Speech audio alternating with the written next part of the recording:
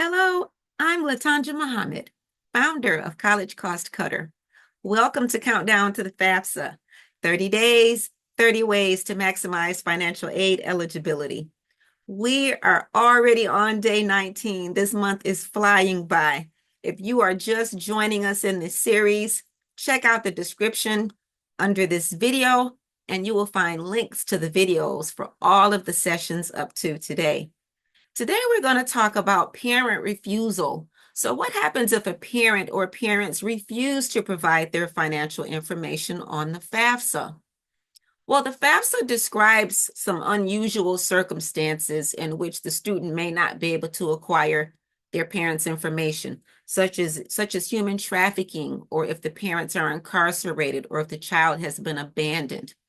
But if none of those unusual circumstances exist, then the financial aid office will determine eligibility for the student, but they will only qualify for unsubsidized loans.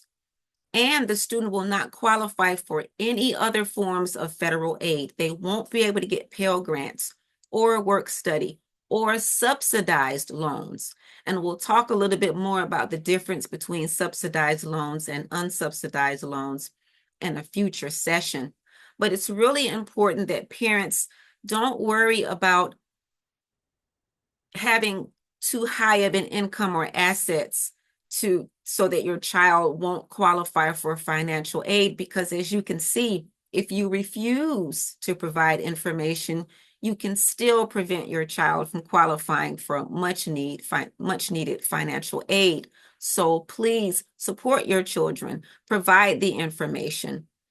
Start planning early enough so that you can learn various ways to reposition assets and income to increase your financial aid eligibility. But please do not refuse to provide your information on the FAFSA. It will not help your student in most cases. So thank you so much for joining us today. Please remember to like and share, subscribe, invite others to join us in this series. Countdown to the FAFSA, 30 days, 30 ways to maximize financial aid eligibility. And we will see everyone tomorrow. Bye.